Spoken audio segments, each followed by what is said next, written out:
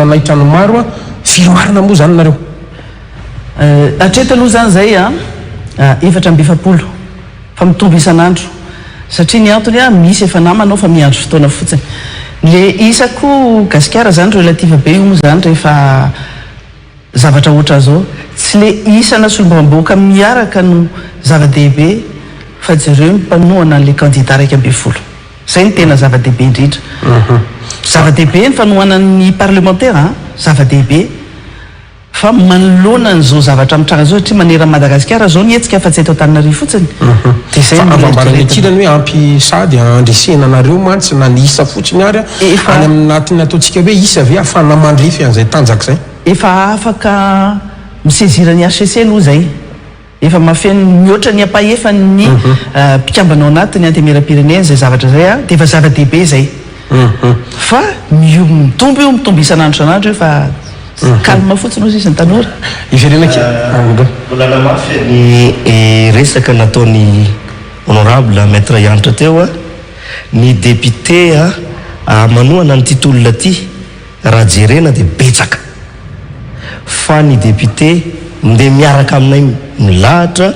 mitaky hita-pirenena izy zay efatra amby efapolo zay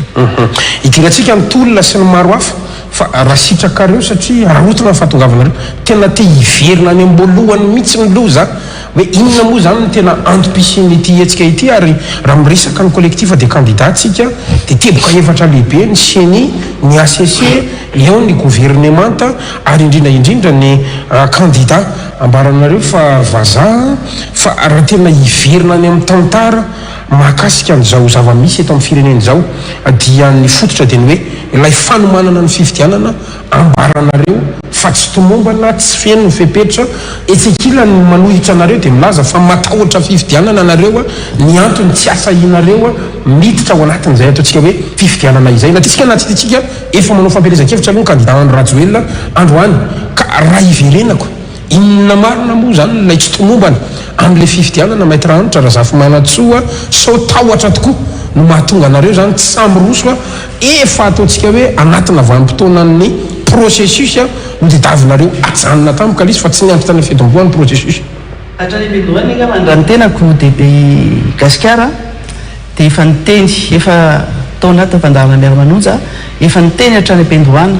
fa vo nitsangana vo nandeha io CENI io dia efa niteny hoe tsy mety ny mandrafitra ny CENI aloha dia fantatritsika daholo hoe iza daholo le olona ao anaty zany CENI zany olona anankiray ngamba ny anankiroa mbola azo kely mbola mpemetrahana baraingo fa amin'ny ankapobeny zany dia fantatritsika hoe olona mitanila ary napetraky sy ny filoto tamin'izany fotoana zany ireo olona reo fa rehefa nijerena kosa ny asa nataony dia vao maika nanapirofo an'izay tsy fahatombanina zany sy tsy fahatokisana nanomboka tany amin'ny fanaovana ny lisym-pifidianana zany ny fanendrena an'ireo sefim-pokotany sy fanalana an'ireo sefim-pokotany zay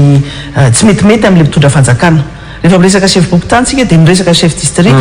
rehefa miresaka chef district miresaka ministère ny ministre ny atany gouvernement zay rehefa mijery ny asa natao nanomboka tany amin'ny commission électorale des électeurs ny CLRE tany fokotany zany chef-pokotany no manao an'io dia tany dia efa nahita hoe ny olona zareo daholo nampidirina tao tsy misy afa-tsy ireo olona reo no mahafantatra hoe ty olona mipetraka amin'ny fokotany ty dia pomba ny anina na tsy pomba ny mpitondra fanjakana efa hitatsika zany ary miprofo amin'izao fotoana zao mizara kara-pifidianana dia kara-pifidianana tsy ara-dalàna na tsy mety na be anomalie na kara-pifidianana ahitanao zavatra tsy zavatra hoe olona efa maty manana kara-pifidianana kanefa ny lalàna mazava tsara ny voalaza anaty lalàna hoe ny lisym-pifidianana miala ny fokotany dia aoriana ny fanaovana recensement ary io lisym-pifidianana io no anaovana ny registre électoral raha ny tokony hoe zany dia mitovy ny ao anatin'ny lisym-pifidianana sy ny registre électoral document administratif ny liste électoral maninona olona efa maty no manana kara-pifidianana amin'izao fotoana zao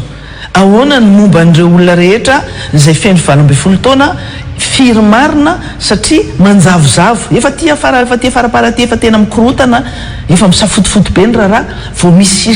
isa mandehandeha fa hatrany ampendohana zany io CENI io dia efa nametrahana olana ve zany le refonte totale zay io mihitsy ny tiako aviana hoe ny liste électorale tokony mitovy amin'iny registre électoral ny refonte zay natao ndikany amin'ny refonte nge de hoe esorina na osoloana mihitsy ny anaran'olona anankiray na lista anankiray mihitsy de vonoana mihitsy de verena nanaovana manao lista vaovao fa tsy nanao lista vaovao izy matoa nampitsangana amin'ny maty name kara-pifidianana maty nanala olona velona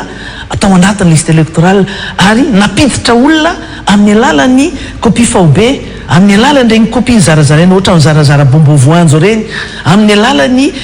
trano trano be de be zany anomaliza hitanay tamin'izany de efa niteny hoe tsy mety useny io sady tsy maleo teny io tsy indépendante io be de be nitanena hoe tsy maleo teny io gouvernement tanombaiko premier ministre no manao tatitra ao nivina temera-pirenena tsy mety ary tsy atokisana zany seny zany zay fotsiny aloha mbola hiotra fotsiny lisy mpifidianana fotsiny lisy mpifidianana zay le asa fa iverena kely aloha satria hoe vo mandeha fotsiny le mpikambana ozy nareo de efa miteraka olana fa maninona le mpikambana toko to ohatra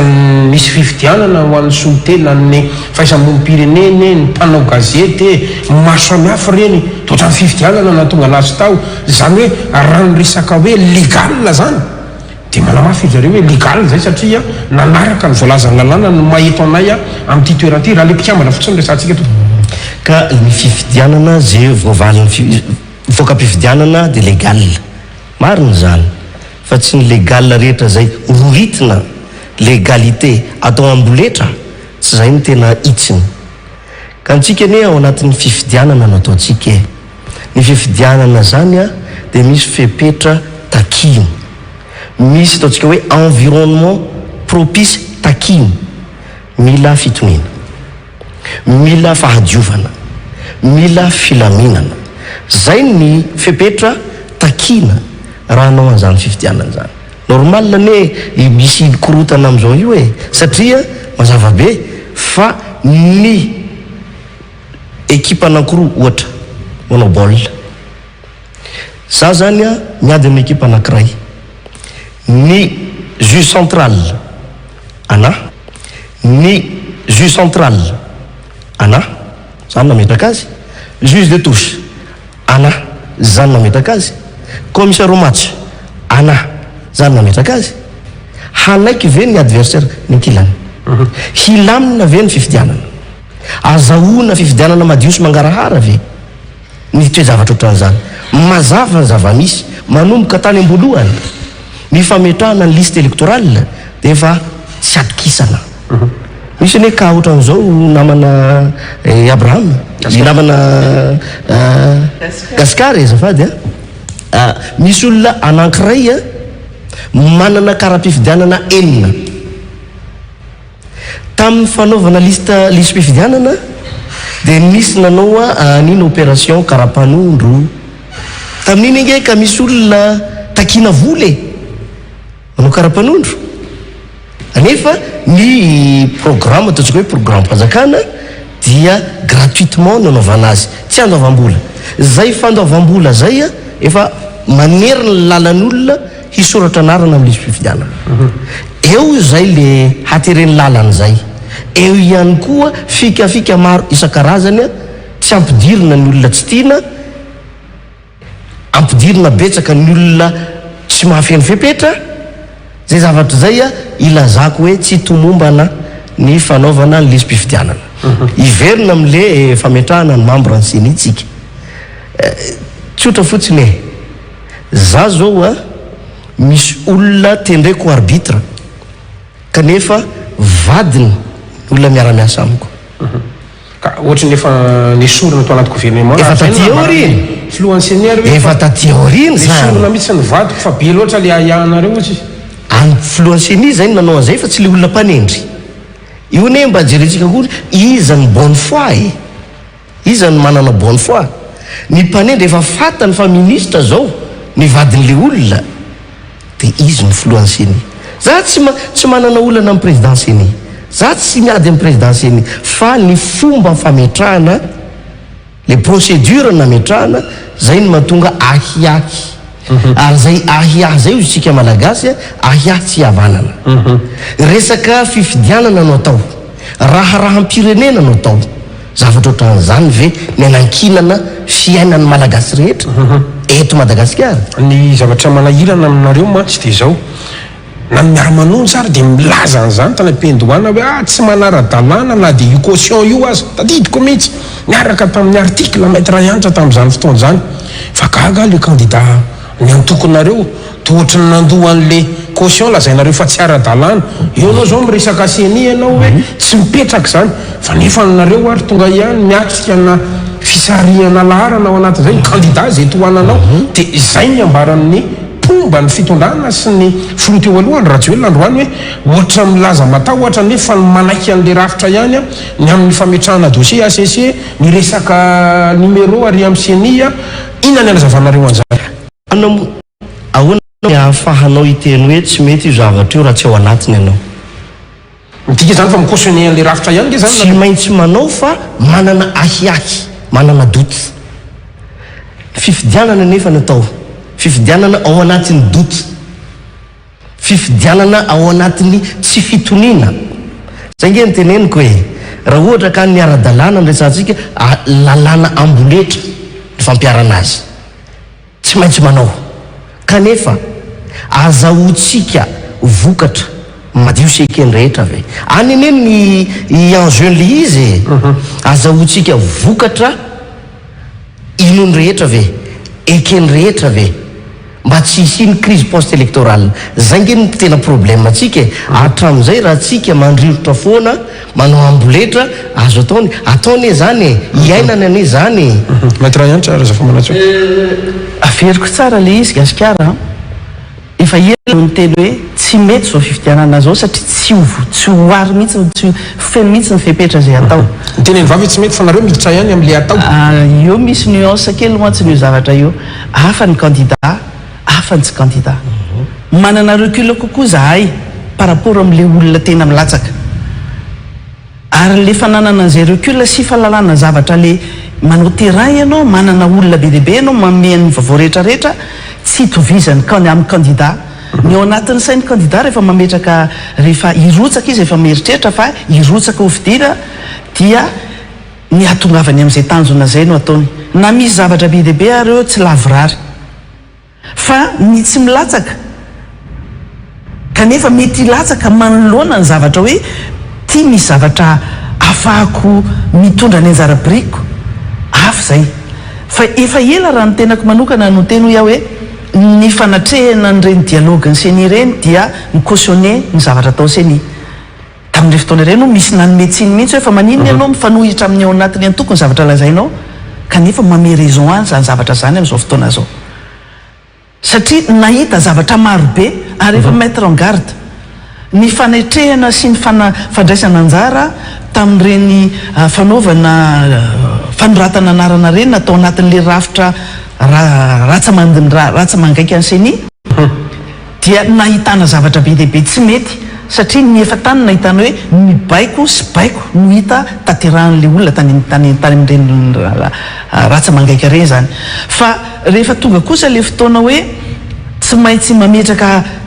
dossier ny candidat dia fanapa-kevitra sy safidy io fa rehefa tafiditra araka ny tenen'ny namana josera atao rehefa tafiditra ao amin'izay dia mahita amin'izay ary afaka miteny kokoa mieux placé miteny hoe tena tsy mety tokoa ka le izy tena le aia tsy aia tsoa fa tena efa zavatra efa tena izy ho anazy zao raha za ty velona ty za tsy candidat dia le aiany anazy zany mbola mipetraka fa rehefa efa nametraka candidature amin'izay le candidat dia hoe marina le voalazanareo zany hoe voaprofo zany le izy fa le zavatra anankiray koa nge gasikara mbola zavatra mila fataritsy mbola resantsika ihany hoe ny CNI tsy vitany hoe lisy mpifidianana no base ny fifidianana zava-dehibe iny fa ny resaka bureau de vote resaka fokotany ao anatin'ireny kara-pifidianana reny zany no ahitantsika amin'izao fotoana zao hoe misy chiffre asa firy izy iny 7 fa le 2 premiers chiffres iny no ahitanao zany hoe iny no an'ny bureau de vote na ihany koa ahitanao hoe fokotany raha ohatra hoe 9 ny tokony hosoratra eo dia 12 zany hoe tsy aiai tso fa tena efa tena izy zany le efa mikimaky efa vita meloa azony maître Yantra azavaina ho an'ny mpijenena atokantrano ve mba mahazo an'izany resaka zany ohatrany ahoana ny fomba angalaram-bato amin'izany atao hoe lista ozy ianao bropoktan tsy maro zany fa maninona ny hoe misy fofona alatra zany efa be deaibe le zavatra voalazanay hatramin'izay fa manomboka lisy-pifidianana fotsiny zany dia zavatra amin'ny lisy-pifidianana fotsiny aloha voalohandreza tena antsika hoe ny fanalana olona ao anatin'ny lisy-fifidianana dia efa alatra zay fieliminena ka électeur zay ny fampidirana anaran'olona vaovao ao anatin'ny lisy-pifidianana amin'ny fomba ara-dalàna dia efa alatra koa zay ny fanomezana karapanondrom-pirenena olona efa ampitaona nefa mena karapanondro mena carte d'identité nationale na olona tsy nanana kopia hatramin'izay no mena karapanondrom-pirenena dia fa alatra koa zay ny fanaovana an'le kopia fort be maninona ny olona nanoratra anarana hatramin'izay dia hoe volontaire zany hoe sitrapony manoratra anarana dia mandray nyreny mpanoratra anarana reny na makany amin'ny fokotany dia manoratra anarana fa maninona le olona nanaovana kopia fort be no natao hoe obligatoire na d'office no soratana atao anaty lisy-pifidianana maninona tsy nanontaniana reny olona reny hoe nahazo kopia ianareo dia anontaniana izy hoe isoratra anarana ve mandehana amin'ny soratra anarana fa ozy izy ny présidentieny hoe d'office obligatoire amin'ny olona nanao an'ireny nanaovana opération kopia fort be ny lalàna nefa avy mitsika am'izay le hoe d'office obligatoire zay sa inona no io moa zany zay fomba fiasan'sainy io fomba fiasan'sainy io ary le famalina nge famalina borainginy fa akoatran'izay amin'izay dia misy cas concret any atsiranana any Diego zany dia azo anontaniana olona marobe any hoe olona efa manana karapifidianana efa manana kopia olo-dehibe efa 3 taona 20 taona 9 taona nomena karapanondro koa dia misoratra any an-drenivohitra dia rendrovohitra faritany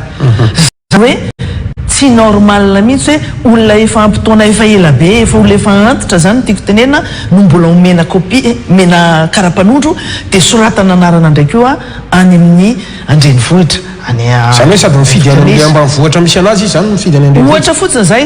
fa hatramin'izay nanaovana ny fifidianana tamin'ny mahafantatra an'izany tsara ny député namako hoe député Joser ny faritra tsy mirehetrarehetra iny angeny nanaovana ny alabato rehetra tamin'ny 24 tany no nahitana hoe 110% tao anatin'ny bureau de vote anankiray nahitana 100% nahina 102% ny valim-pifidianana hoan'ny le olo lepilianana hoan'ny le olo le rangaha manahirana n'ity firenena ity amin'izao fotoana zao sany zavatra zany mbola mitoy ihany be dia be hoia ny zavatra natao fa ny ahitana anazy amin'izao fotoana zao dia ireo karapifidianana zay nizarainareo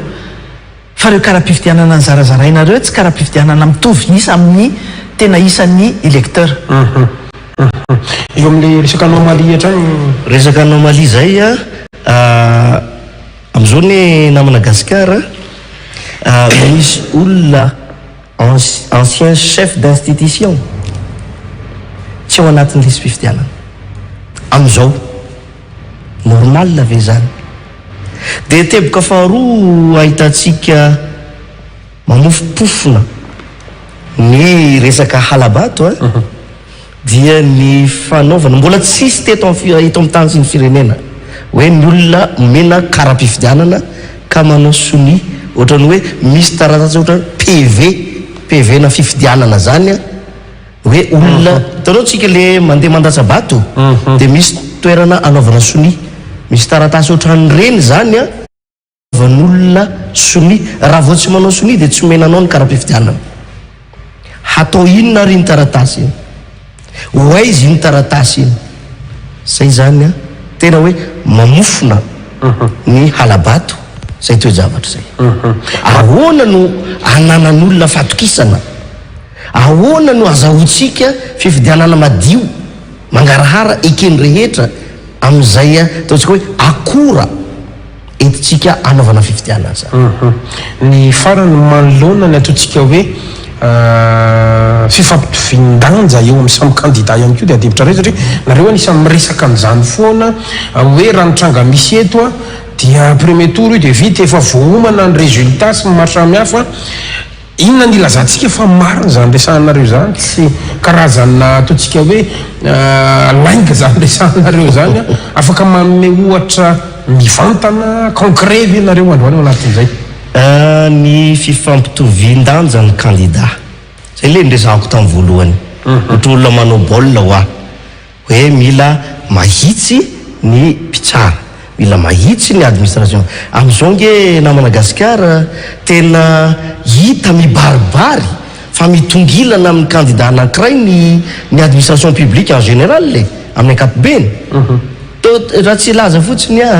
amin'ny ministère tsirairay raha vao ny olona zany ny tompona andraikitra ka tsy manaraka tsy mirona amin'ny candidat anankiray zay le filoham-pirenena nametra-pialana candidat zany na izy abrogena na izy affectena na izy sazina zay zany zava-misy amin'izao fotoana zao afaka tena efa tsy tamboisaina ny isany mpampianatra affecté tsy tamboisaina ny isany sefzap abrogé ary hitatsika amin'ny na dia amin'ny alalan'ny haino manjery misy tena hoe zay sisikony bekily raha hoe sisikony benenitra manohana filoha ranona zany ve normal sisikony c'est une administration publique tokony neutre misy koa ny lehibe district eto miteny ary mananatra manao antsoavo amireto collègue-nay administrateur civil reo indrindra fa représentant de l'état tsika dia tsy représentant du régime tsika tsy représentant ny candidat anankiray fa représentant de l'état dikan'izany ny fanjakana amin'ny ankapobeny no soloana tena fa tsy matahotra hoe affectation sy ny many eo zay matahotra affectation fa tokony hijory kosa éthique zay manana régime particulier manana lalàna amin'ny feanay ohatrany miaramila koa manana ny azy fa tsy tokony hitongilana hoe tsireo zay nanao miavatoro reny nanao miavatoro io ane voalaza lalàna na ny lalàna international zany na ny constitution mikasika ny liberté publique rehetra dia afaka mamory olona afaka manana opinion anazy indrindra fa zahay solomavambahoaka tsy agnisy an'le note mantsy dia zay dasy monko izy resako ny lalam-panorenana no mametraka ny asan'ny solomavambahoaka raha ny hiérarchie des normes amina pyramide de Kelsen dia zany note zany any am-paladi misy an'izany raha oharina amin'ny lalam-panorenana ny lalam-panorenana manome alalana ny député hiresaka amin'ny vahoaka ahoana moa ny mahasolomavambahoaka solomavambahoaka raha tsy hiresaka amin'ny vahoaka zahay manao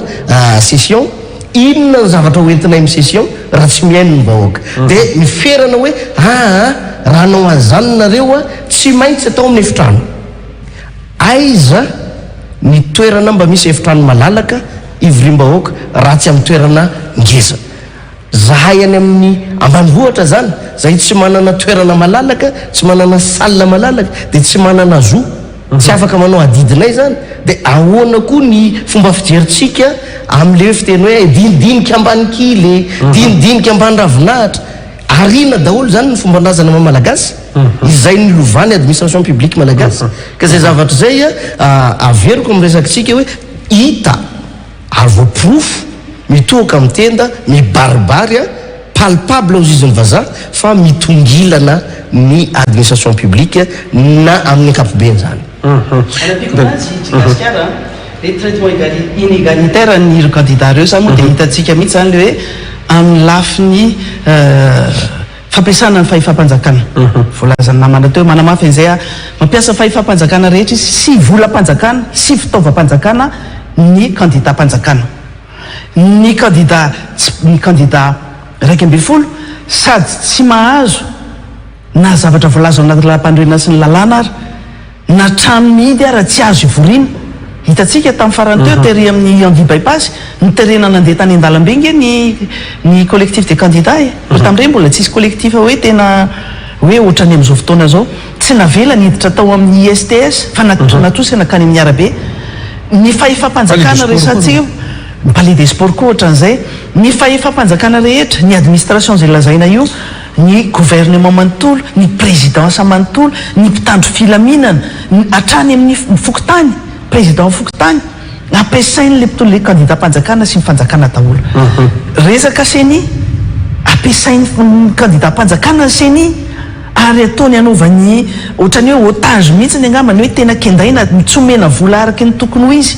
hitatsika ao anatin'ny teti-bolam-panjakana ange 52 milliards d'ariary ny vola natao hoe anaovana fifidianana filoha-pirenena fotsiny fa efa tsisy resaka mihitsy ny fifidianana be ny tanàna sy mpanotsaina tanàna tsy ampy le vola miandry an'le basket fond fa ohatrany hoe vola posiny reto mpitondra le tompon'ny fahefana le seni omeko vola kely tsy mena vola kely dia tsy mandeha tena ataoko totoa mihitsy an'le fifidianana resaka logiciel efa ela ny logiciel ny hoe tokony anaovana expertise normal be raha ohatra ka tsy mety namaliny fiantson'ny seni intsony ireo candidat reo satria mitanila loatra ao anatin'izay ny expertny oef ihany le logiciel raha misy fotoana vahinika any présidentiel ma tsy milaza an'izay ny zavatra tenen'ny présidentiel hafa fa ny zavatra ao anaty vilany hafa raha fiarovatena ange sy fanamarina tena hitatsika be dehibe reny nyseo reny fa matoa le candidat zany amin'izao fotoana zao ny teny hoe mila hovaina ny firafitry ny seni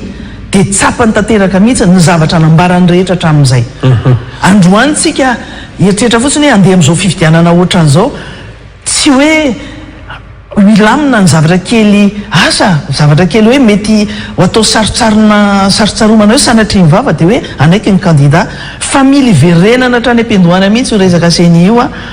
azahoantsika listra mpifidianana madio mangarahara atongavana ny fifidianana araky ny rahaohatranahoana mety hoendrika zay le hoe firafitry ny seny angatanareo sy eritreretinareo zay ary ao anatin'le izy fa